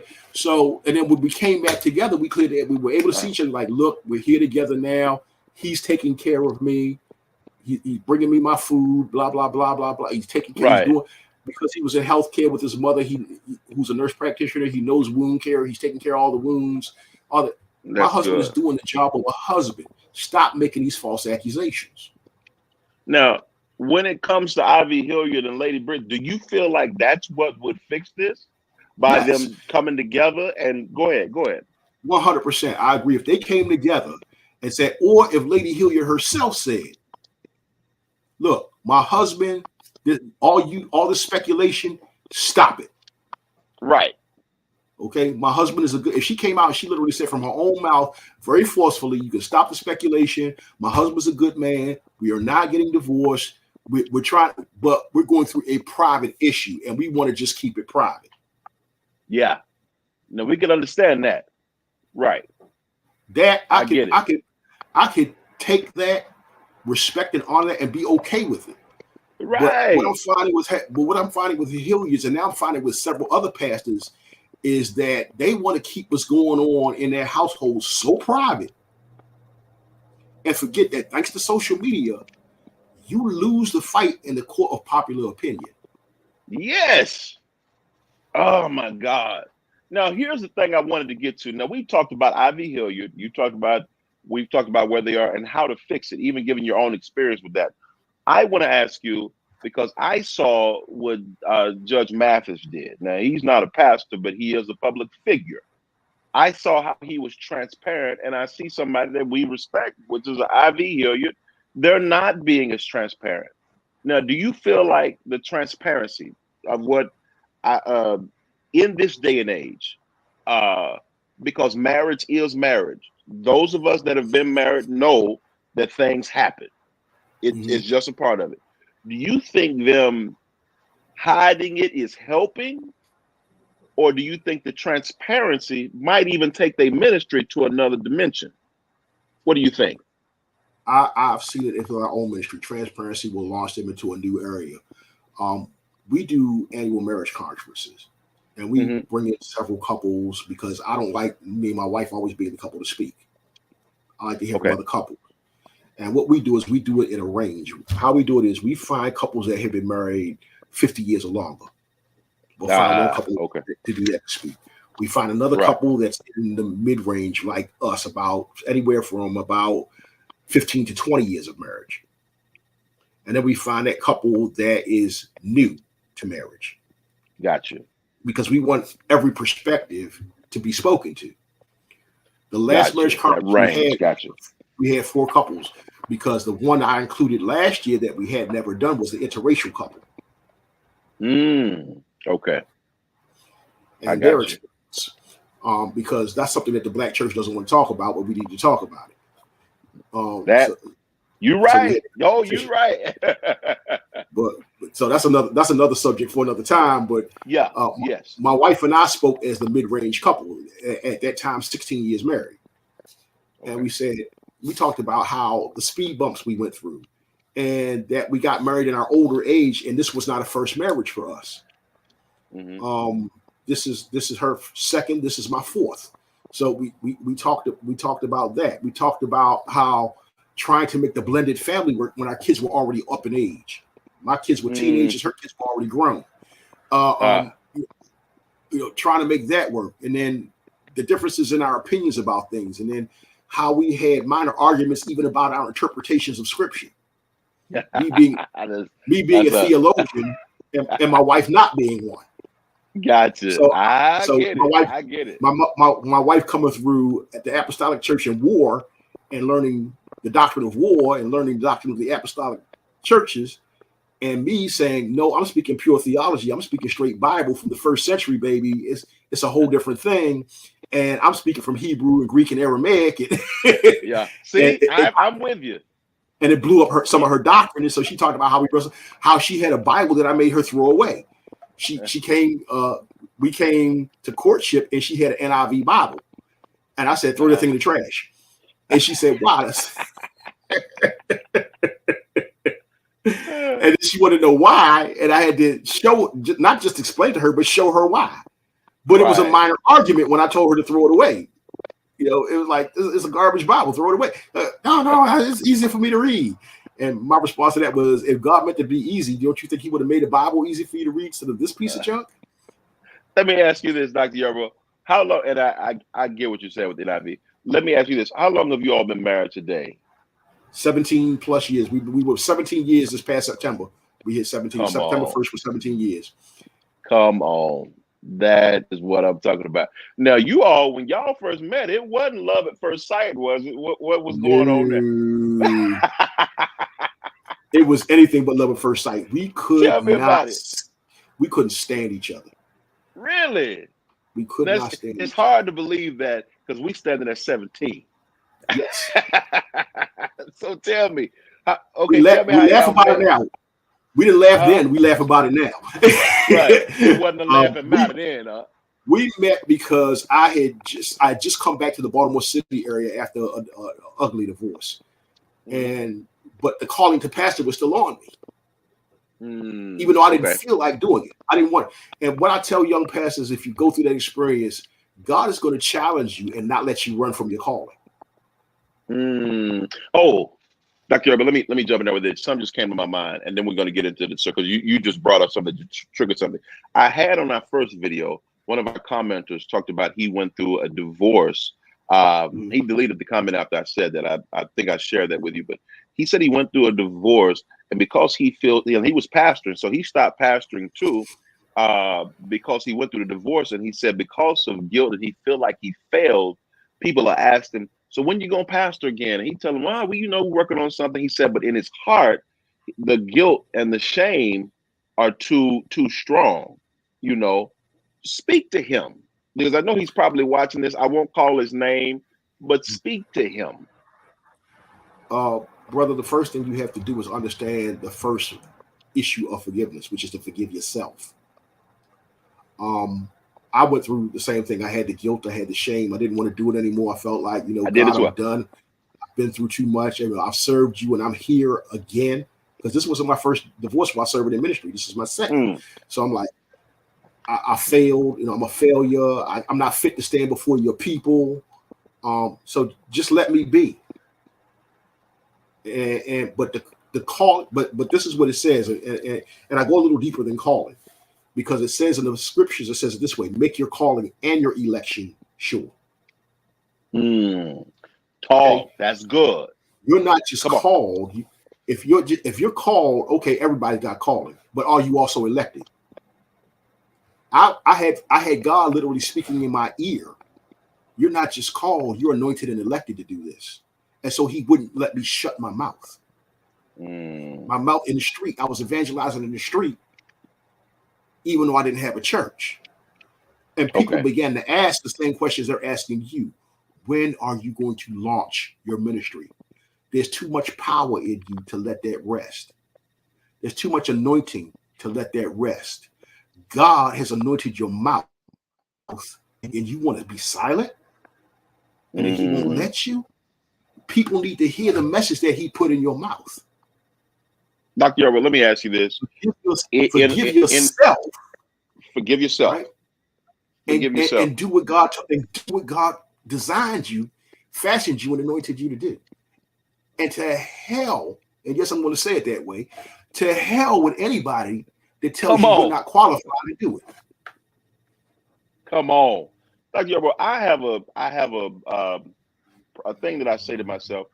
I really don't like people then it's gonna sound a little different, but I don't like people laying hands on me if they ain't been through nothing. I'm just gonna be honest with you. I you know, you get a people who won't, well, you was doing this or you doing that, so you can't touch me. You know, we real quick to say, don't let everybody lay your hands on me. Well, I'm a little different. If you ain't been through nothing, I don't want you touching me because I got too much stuff. You get what I'm saying? I don't want you to damage yourself trying to pray over here. You know what I'm saying? You're gonna need a whole counseling dog after you done laid hands over here because I done been through a lot. Though there are, and I know this because of how the world, because we failed. And I'm gonna say me because I've been through divorce and I'm remarried. Thank God for where I am. I'm gonna get to that. But because of, and I feel God, because we have that guilt and that shame, many of us will allow that to hold us hostage, and we become incarcerated in that prison of public opinion. Because some folk around us, a lot of them know, it's not a rumor. They know factually that we did wrong. Let me deal with that because I want to talk. We're going to move away from the rumor thing. Now, you know, people always say, people out there talking about me, they always saying something about me. Well, some of that stuff they saying is true. You did some of that stuff, Dr. Yarborough. Mm-hmm. Some of the stuff that people were saying about me, I actually did. I just failed. Yes. It was what it was. But when I failed, this is what I want you to get to, and I want God to just use you on this. When I failed, God never took his hand off of me. Right. My call was only saying, I called you, but you just done got dirty. You need to get up, clean yourself up, get back where you're supposed to be. Speak to that because there are so many people who fail. The church will put you up high. Yes. And then point at you while you're down. They'll my home church pastor said they'll kill you and wonder why you died. They'll kill you and wonder why you died. So speak to those people because I know there are a lot of people who went through divorce, got it wrong, Dr. Yarborough. They did a lot of that stuff that people are gossiping about. They're sitting at their homes, they're sitting at ministries. Some pastors are getting up preaching, trying to preach themselves out of this guilt and shame that they feel. Talk to them. I know you talked about forgiveness, but I just felt led to go ahead and ask you to listen. Go and minister. What bugs me about the issue of divorce and remarriage is this: the church is willing to pray you pass, lay hands on you, all this, just about every sin except for divorce and remarriage.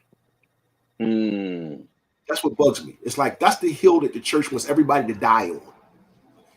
And I refuse to die on that hill. When I went through, I'm like, you ain't gonna crucify me on this hill. Because when we look at the scriptures, when we look at the Bible in its totality, find me one person that God used other than Jesus Christ himself that didn't mess up. Come on. David had a man murdered and then stole his wife. And he was still called a man after God's own heart. Come on. Okay. Solomon, they thought he was crazy. Solomon had 1,000 women and was still anointed to be king. Come on. Okay. Now, we can keep going and going and going. We won't find one person other than you. Look, Abraham lied and called his wife his sister. So we won't find one person in the scripture other than Jesus himself that had a completely, absolutely sin-free, ever-free, perfect walk. But God still used them. Absolutely. So why would I make my mistake, God, when I go through a bad situation in marriage, when marriage doesn't go the way we thought it was supposed to go, why can't God still use me? And the church doesn't want to answer that question. I dare to be different and answer that question, say God can still use you. Because what we have to look at is the circumstances of your divorce. Now, I'm going to say this because we got some pastors out here who I won't name that are doing this. That is if you getting divorced because you can't control your hormones. No. Take your seat, sir. Take your seat, ma'am. Take your seat and be silent. Because what you are is you just trading spouses because you can't keep your flesh under control. Right. Right. That's good. Apparently, That's good. you have not spent enough time praying, enough time fasting, and enough time in the Word and devotion to keep your flesh under control. I'm gonna just say that you ain't got the Holy Ghost; you got the phony ghost. Come on. Come on, sir. Come on. The Holy Ghost is a keeper, and if you want to be kept, He'll keep you. It's that simple. On the this is why end of that. Right. This is why I've been married to the same woman 17 years. You can't throw flesh up in my face, and all of a sudden I'm like, ooh, I gotta have it. Come on.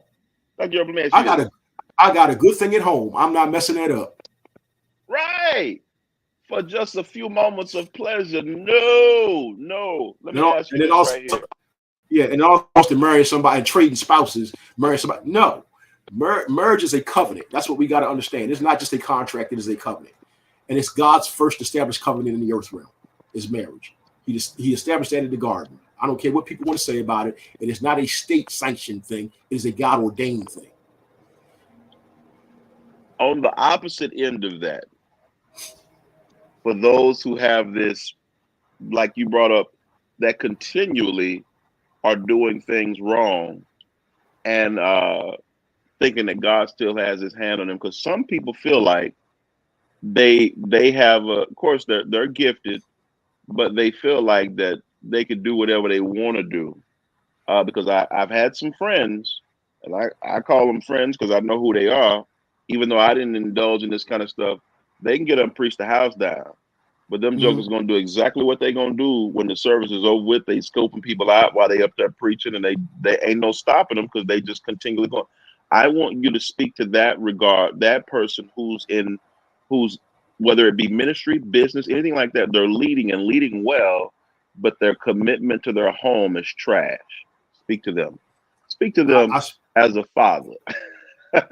Well, I speak to it from a very biblical. I speak to it from a very biblical perspective, and that is, you can't rule your house well. How can you rule anything else well? You can't. If you're messing up your home just because you're a great orator, doesn't mean you're a great leader.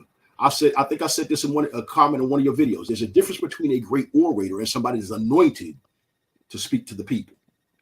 And we in the church have gotten to this space because we get in our feelings about what somebody's saying. Right. And we don't intellectualize what they're saying. We go, that's such a great, they preached that. Me, I have this very critical ear. Me, because I'm trained in it, both psychologically and theologically, to listen to the words, to listen to a cadence, to listen to the verb tense, all of these things, to pick out, where the nouns are supposed to be, not where you want them to be. Right. All this thing, the context, I pick it apart. Every message I hear, I microanalyze, I pick it apart. And it drives some people crazy the way I do it. But I do it for a reason.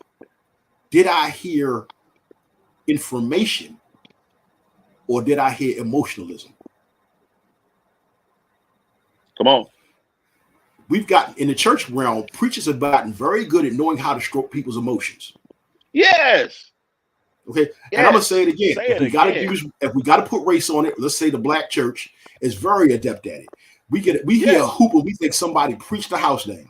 We think they preached the paint off the wall because they good hoop, because they hummed at the right place and moaned at the right place. What did they say? And I do this quite often. I've been doing this for over 20 years. And that is this. I watch a church let out a service. People coming out all happy. The pastor, they tore it up today. Really? Yeah. You should have been here, brother. What did he preach? Well, he talked about well, I think he was over in the Psalms and Psalms. You don't even know what book he was in.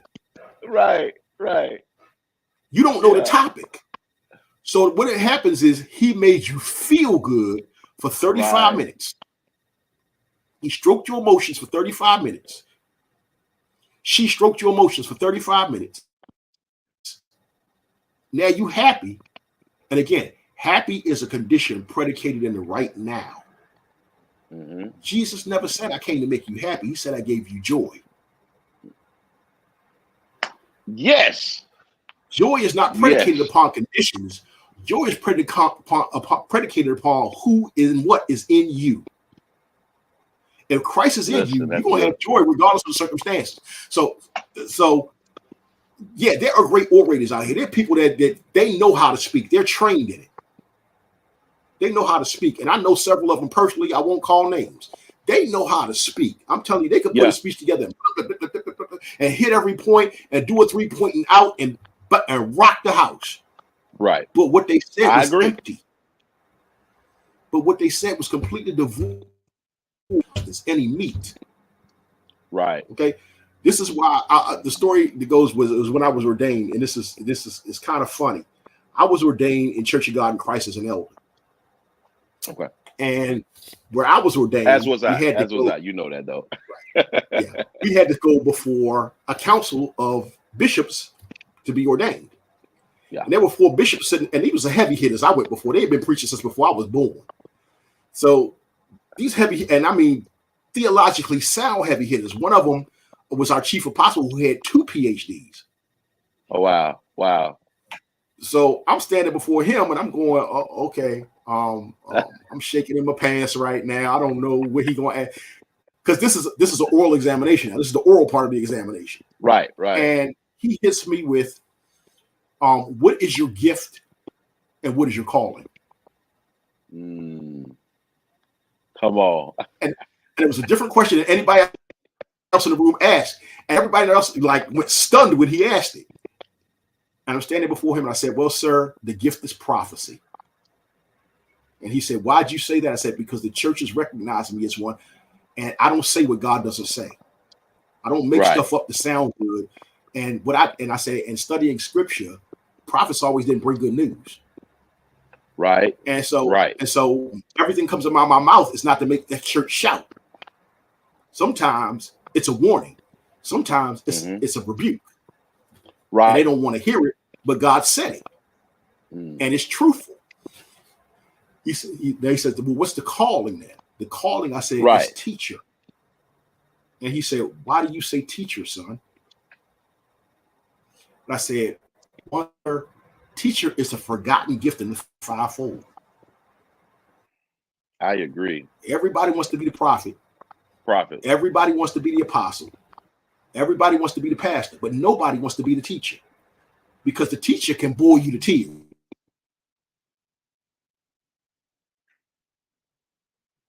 Come on.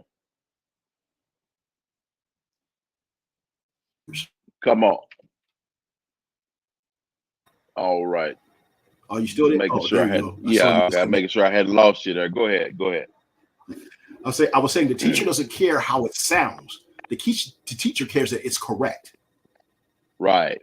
So the teacher sometimes because the teacher ain't gonna hoop all the time, if they hoop ever. Right. The teacher's just gonna. I said the nickname that they gave me in the church was Minister Break It Down. That was a nickname the deacon board gave me. Come on. I looked at the head deacon and I said, why y'all call me that Minister Break It Down? He says, because that's what you do. You don't preach like everybody else. Yeah. You give stuff that we never heard before. But that's called rightly dividing the word. We're supposed to do that. Exactly. We're supposed to rightly divide the. Right. Yeah. Chief Apostle agreed with me. He said, yes, you're definitely a teacher. You're not a preacher. You're not, you don't get up there and do all the theatrics and hoop and run around the church. Yeah. You straight sound doctrine, and you don't care what people think about it or how it sounds. There you go. And so I've been that way now for 38 years. I've been sound doctrine, straight down the middle. Don't do a whole lot of hooping and hacking and humming, right? And having an asthma attack on the pulpit. Dr. How did you tell me about them? Now we're here at 17, right? And I know you and your wife are in love, y'all. It's a beautiful thing. And I know I stopped for a second because I wanted you to minister to that level of individual or people in that area who feel like that they've just gone too far, failed because of marriage, and they can't go back to the pulpit. I wanted you to speak to them. Thank you for that. But we're at 17, and you and your wonderful wife, y'all started. If I heard you right, y'all didn't like each other when you first met. We did not. Y'all didn't like each other, not even a little bit. No, we were the epitome of oil and water. How we met is so interesting. I had just come back to Baltimore City, just started pastoring again, in my 40s. Had gone through third divorce. Marriage was no way on my radar. I was like, I'm done, God. I'm done. But the call to pastor would not leave me alone. So I opened church in my house because people were loving what I was saying in the streets. That I was a single man with a 3-bedroom, 2-story house. So I put church in the spare bedroom in my house. There you go. And we called it. And every Sunday we called it the upper room experience. Okay. So we had that, and it was growing. It was growing fast, and it got to the place where I couldn't fit the people in my house anymore. So I started looking for a building. So I'm collaborating with other pastors looking for this building in the area. I'm meeting other pastors that have been here 30, 40, 50 years. You probably know some things and some people that I don't know, even though I'm from this city. You know some things in the church frontier that I don't know, and some people that I know. You might know a property manager that can hook me up, or a landlord that can hook me up with the building, because I'm looking for a building to rent or lease or something. And in the meantime, I get this email. Get an email and I just see Evangelist Jones. No picture, no nothing, just email. And it says, come out. And it was this organization that I was invited to their convocation for a small church. So I said, hey, this is an organization specifically for small churches. I have a small church. I'm seeking a covering. Let me go. Right. Go check it out. So see what's going on. Go check it out. Because that's what the invitation was like. Come see what we're about at convocation. So I go to the convocation. I meet the bishop, and we get to talking and everything. And because he sees me as a new face in there, so he wants to talk to me one-on-one after the service. Yeah. He's like, how'd you enjoy it, man? Oh, man, I enjoyed it, man. The preaching was awesome. Sound doctrine. I love it when people just preach straight down the line and don't deviate, don't make up stuff, sound good, don't stroke people's emotions. Even though we got emotional, he wasn't seeking that. This is what I've been looking for, right? He's like, so where you from? I'm like, I just came. I'm originally from West Baltimore. I just moved back to West Baltimore, and just starting my church there again. I've been pastoring 5 years. He's like, okay. Great. So he said, how'd you find out about us? I said, well, I got this email from this Evangelist Jones. Come on, Evangelist. Goes, Evangelist Jones. And he said, now, did you feel something? I didn't. I didn't feel any kind of way, because I'm like, again, marriage was not on my radar. Dating wasn't even on my radar at the time. Okay. It's just like, okay, Evangelist Jones. Okay, okay, that's who invited me. Right. And he goes, oh yeah, she does that. She that's kind of one of her jobs in the organization, is she'll send out emails to pastors that have small churches. She's the lady that's with the pastor that spoke from Philly. Okay. So I'm like, okay. So he said, let me make the introduction. So she comes in the room. Introductions are made. We kind of go, okay, hello. Oh, that's your pastor. I love him. Great man of God, powerful. All it. So you're in Philly, yeah. So how'd you find out about this organization? Blah blah blah blah blah. Through my pastor, I was in war. I left war. Right. We were all in war. We left war. We came down here. We met the bishop, and we have a small church in Philly, so we're a part. Okay, and then she goes her way. So the bishop was standing there. He goes, so kind of what's your specialty when you started in ministry? I said, well, 2 things. I said, I was the youngest one on the board when I was ordained. So they put me over the youth. I was 30 years old at the time. So they put me over the youth. And the other thing is, because I was the only one that was single, they put me over single. They had never really considered it until I started talking about it. Because I was only a single person. I was only a single person of marrying age there. Right. So he said, okay, well, evangelist that you just talked to is over the youth, and she needs a pastor over her. Oh, okay, come on. Okay. Okay, I'm seeing how God doing this. So All right, I'm so gonna tell me about when y'all got together. Cause go ahead. I'm sorry. So he goes, I'm gonna put you over her. Okay. And that's when the dislike started.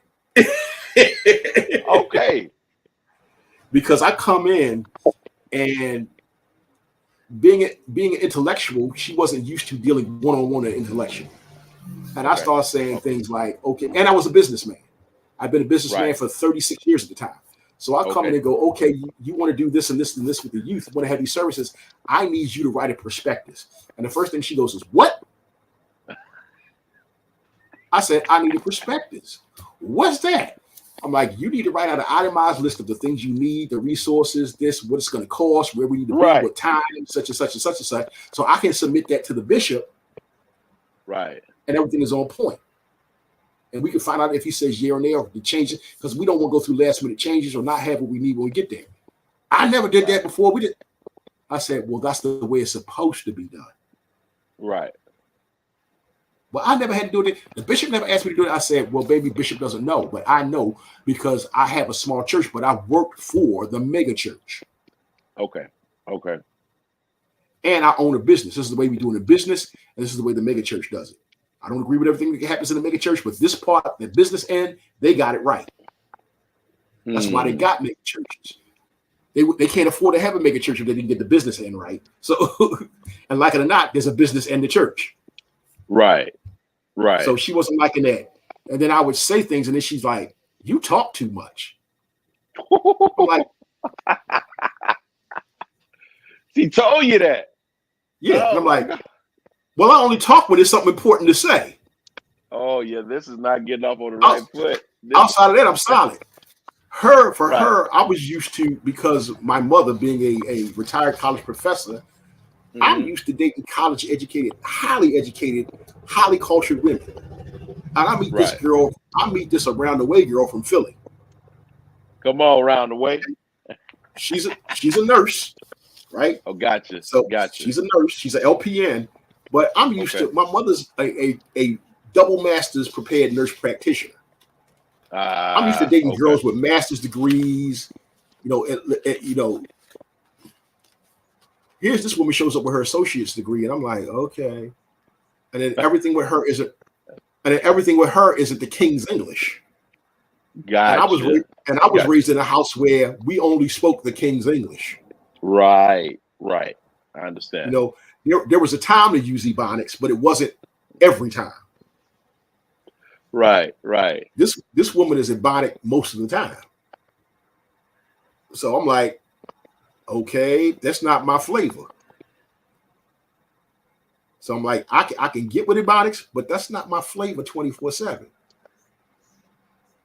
So how did you all start knowing that it was some sparks there?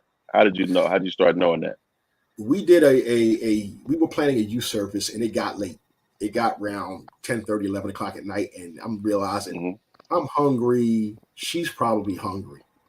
We haven't eaten. We've been working on this since 6. We've been working on this since like 6:30 in the evening, and it's now almost 11, and nobody's eating anything. So I look at her and go, "Hey, I'm hungry. I can eat. How about you?" "Yeah, I'm hungry." I said, "Okay, I know a spot. I'm buying." Right. I'm not thinking date. I'm thinking this is still collaboration stuff. Right. So I'm like, this ain't a date. We still collaborating as colleagues. So we go to this spot in West Baltimore that I know of. It's called City View. And on the weekends, they have live jazz. So we go there, restaurant.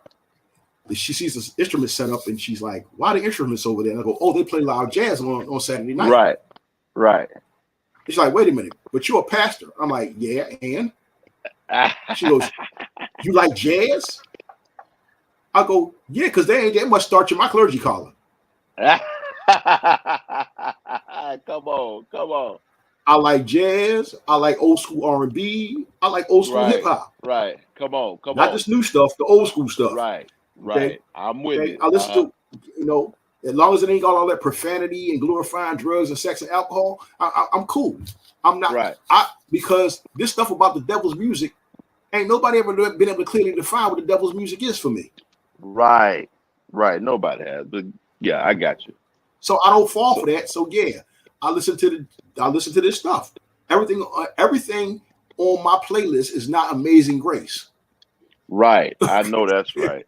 Okay. So y'all do. So she not go ahead. I'm sorry. Go ahead. So seeing that, she said, then you're different than what I'm used to, because I never wanted to be involved with a pastor at a personal level, because I've dated pastors before and they were all like, you can't do this, you can't, all the can't do, you can't wear red, can't wear too much makeup, can't have red fingernail polish, can't have red lipstick on, and you just don't seem to care. And I'm like, because show me in scripture where it says that is unbecoming of holiness. Right. I got you. You're covered up. I'm like, you dress like a church girl. I respect it. You're covered up. You ain't got stuff hanging all out for everybody to see. You leave things to the imagination. Okay. So do you think things began to turn and become romantic. Okay. At that point, things began to turn like, okay, there's some interest here. Okay. So y'all went from extremely not liking each other. I won't say extremely. That's an extreme word, extremely. But y'all went to highly not liking each other to you're different, and there's some chemical, going on there. Love chemicals starting to, well, I won't say love, but highly like, we'll say that. I totally, how long were you out of ministry? I would say, because you went through a divorce before your wife. Was there a time when you, away from ministry, felt like that you weren't going to be able to get remarried? Like you just felt like that it wasn't going to happen? Because you said you weren't looking when y'all met, right? Yeah. And so how long had you been pastoring by yourself? Let me ask that. 5 years I've been pastoring by myself. It was 2 years. I started pastoring before I got married to the third wife. Okay. So I was already pastoring. I was a chaplain with the Army National Guard, doing that work. Right. I got married and I took about a 2-year hiatus though. After the divorce, I got divorced. I was like, I'm just stepping away. I'm hurt, severely wounded. I'm angry. And that's going to come out if I try to preach. So I had to step away. Let me ask you this. I was a little different because I took a hiatus to get my love life together. And what I mean by that is there was already the divorce, but I knew that I needed to just really, once I found somebody, I needed to be with them, So me and my wife dated. She came to church once, but then later on we got remarried, and I started a hiatus once I met her and knew I was serious about it. I put preaching and all of that on hold. And it was about the same amount of time. And then we ended up getting married. Even after marriage, I got back into preaching.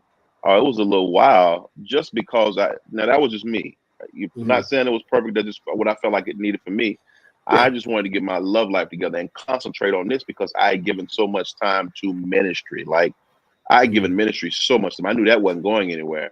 And so, but when I got with her, everything that I was doing ministry wise escalated. It all started going to, do you feel like that once God put that completion in place, things took on, it started moving faster? It did, because I took that hiatus before I met her. Because, and then, like I said, at that time, marriage was not anywhere on my radar. I was at the point where God, I literally was praying, saying, God, I guess I'm supposed to be like Paul and just be single. I said the same. Did you ever listen? I was crying one day in service. God came in. I was worshiping. I believe in worship. And I said, well, Lord, if it's your will for me not to be with anybody, I accept.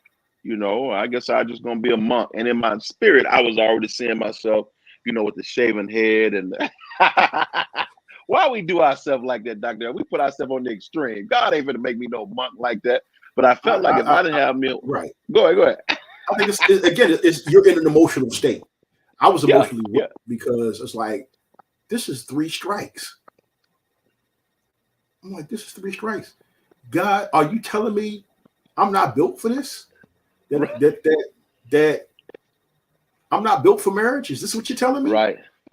I'm like, I felt, but I thought about it for a moment, and I was like, I took that 2 year hiatus because in that 2 years I retired from the military. So it's like I don't have that hanging over my head where I could be sucked away at a moment's notice. right. And I started preaching again after that 2 years was over. When I met my wife, she said, when we got married, she said one of the most awesome things a woman can say to a man in ministry. And she said to me, I am here to push you into your God-given destiny. And she said, I'm going to do that the whole time we're married. If you try to sit down, I'm not going to let you. Come on. Come on. If you try to stop, I'm not going to let you. Come You're on. sick, I'm going to nurse you back to health and get you back up where God wants you. I see that in you. I was like, wow. That is good. That's what told me this is the one that you gave me, God, because no other woman I've ever been connected to said she was going to push me toward you. Yeah. Because most will push you towards them. Right. That's what typically happens. Right. But because of good mentorship, I had the good sense to say, the schedule is getting too dense. I need to take some things off the schedule and spend time with my wife. There you go. There you go. So and I believe that's part of our successful marriage. Every year we take at least 2 weeks of vacation together somewhere. There you go. Sometimes we take 2 vacations in a year together. I love vacations. we do it. We get away. And it's funny because church didn't want me to do it when I first started doing it. When I first got married to her. It's funny. I got married September 1st, 17 years ago. And this is what I had to tell the church. I said, I'm leaving you in good hands. I'm going to be gone for a while. So y'all just had an anniversary not too long ago then, didn't you? Yeah, September 1st, yes. Okay. So she said, so when I said it, when I said to the church, like, oh, Pastor, where you going? Are you going to leave us? I said, no, I'm just going to be gone for a while.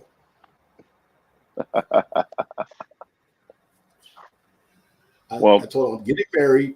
I said, so I'm getting married. You all know I'm getting married, but I'm going to be gone for a while.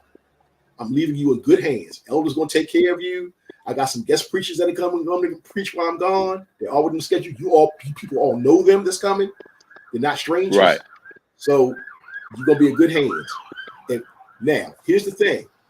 Do not call me for the next 30 days.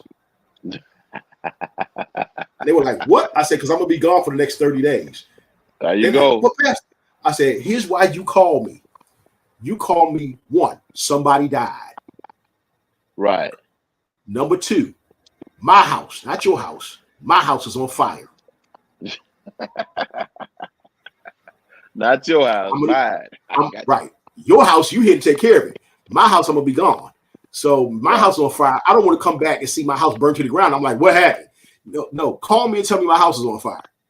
Third reason, you got $1 million. You got $1 million you want to sow into this ministry. I'm gonna come get that check. Come on. Come on.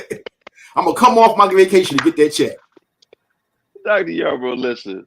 I think about. I believe marriage is one of the greatest gifts that God have given. There are a lot of great gifts, but to have the love of someone who can share life, you can share life with, and like you said, I believe that one of the, you said what your wife said, and I've got to applause. Now I'm not in my studio now. I'd have stopped and put some applause behind that because every man needs life spoken to him.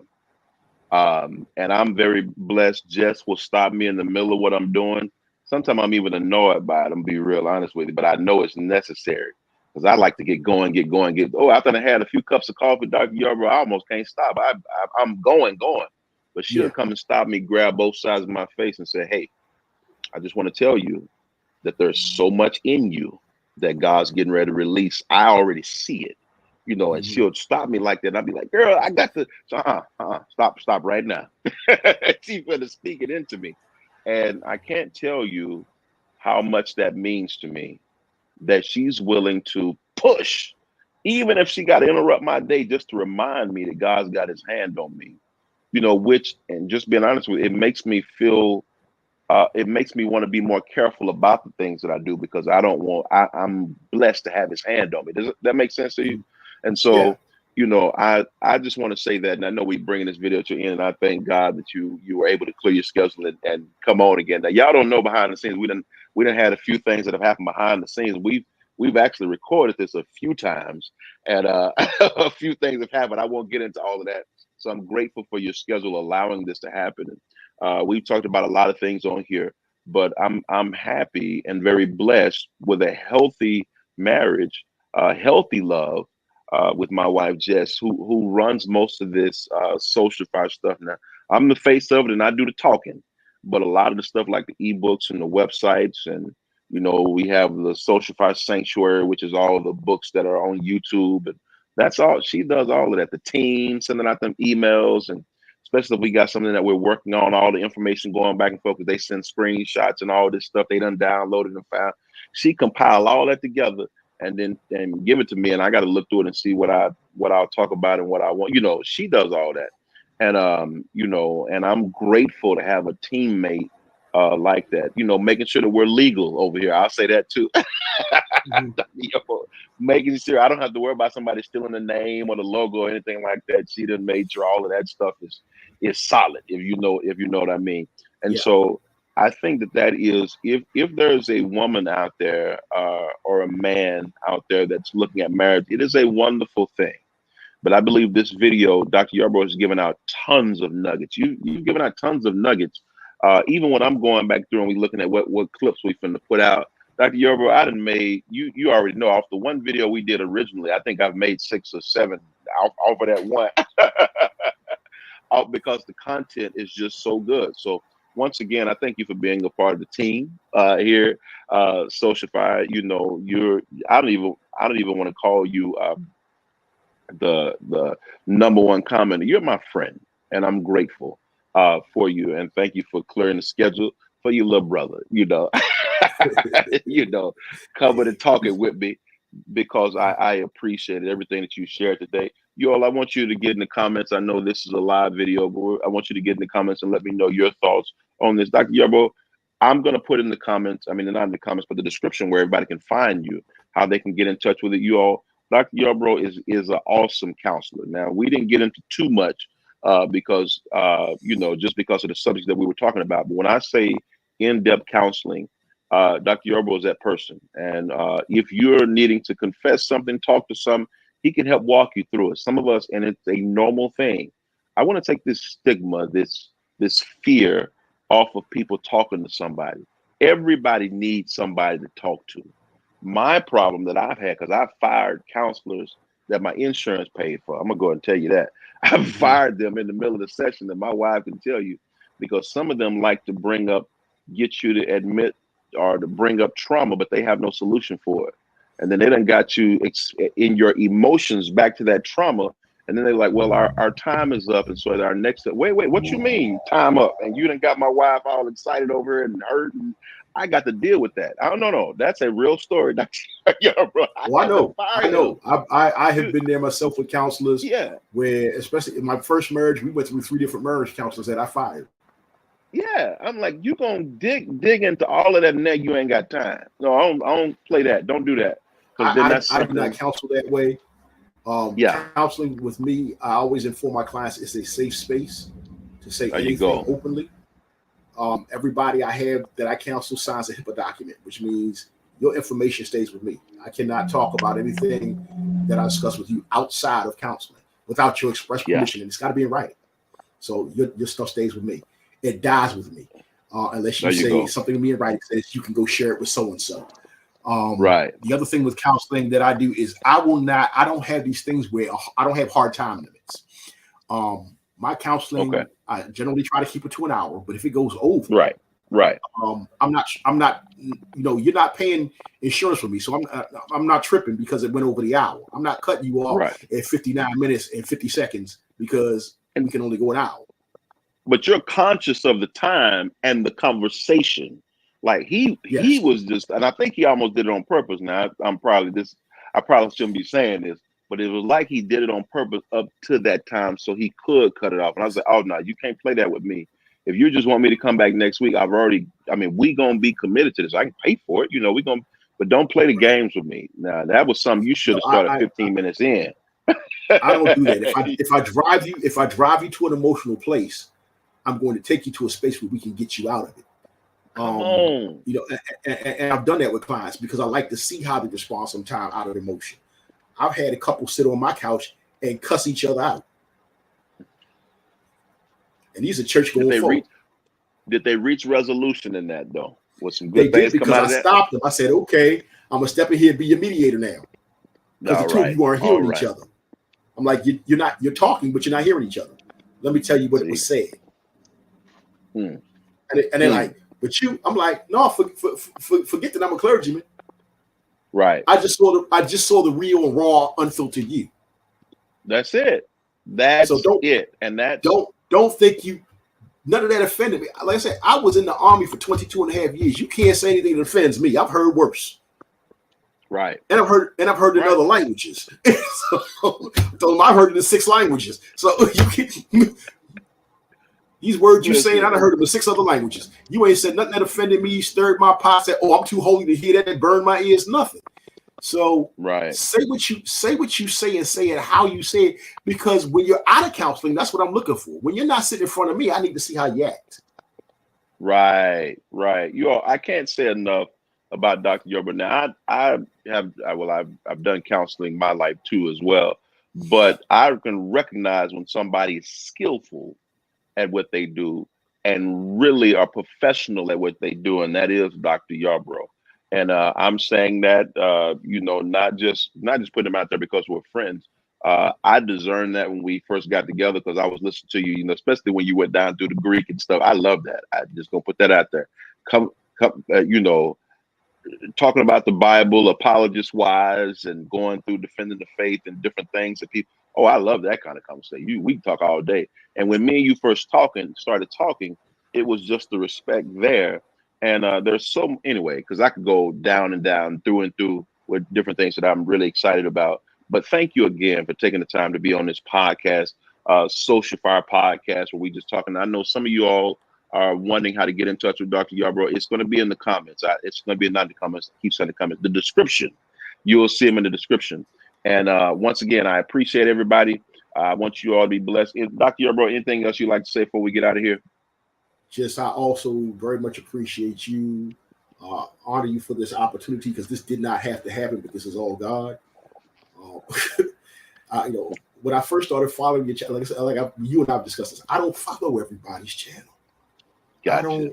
I don't get into that because some people are they're looking for likes. They're sensationalizing stuff. They're overhyping things. They're giving opinions. They're not giving. None of it is professional or skillful knowledge. It's just nonsense. Right. And your commentary was meaty. That's I don't know how to say it. It was meaty. It was thick, and that's what I appreciated about it. That's why I started following your channel.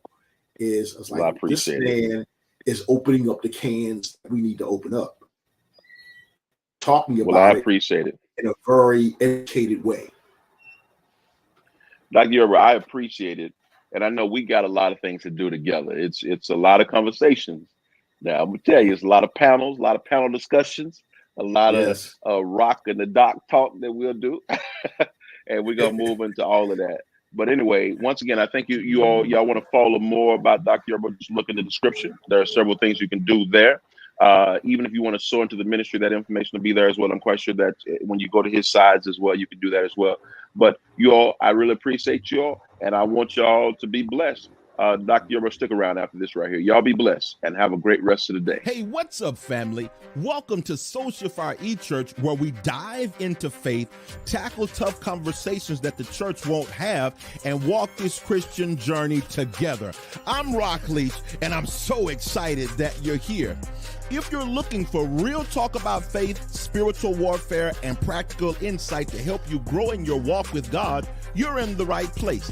Every week, we bring you content that challenges you, inspires you, and builds you up in the Lord.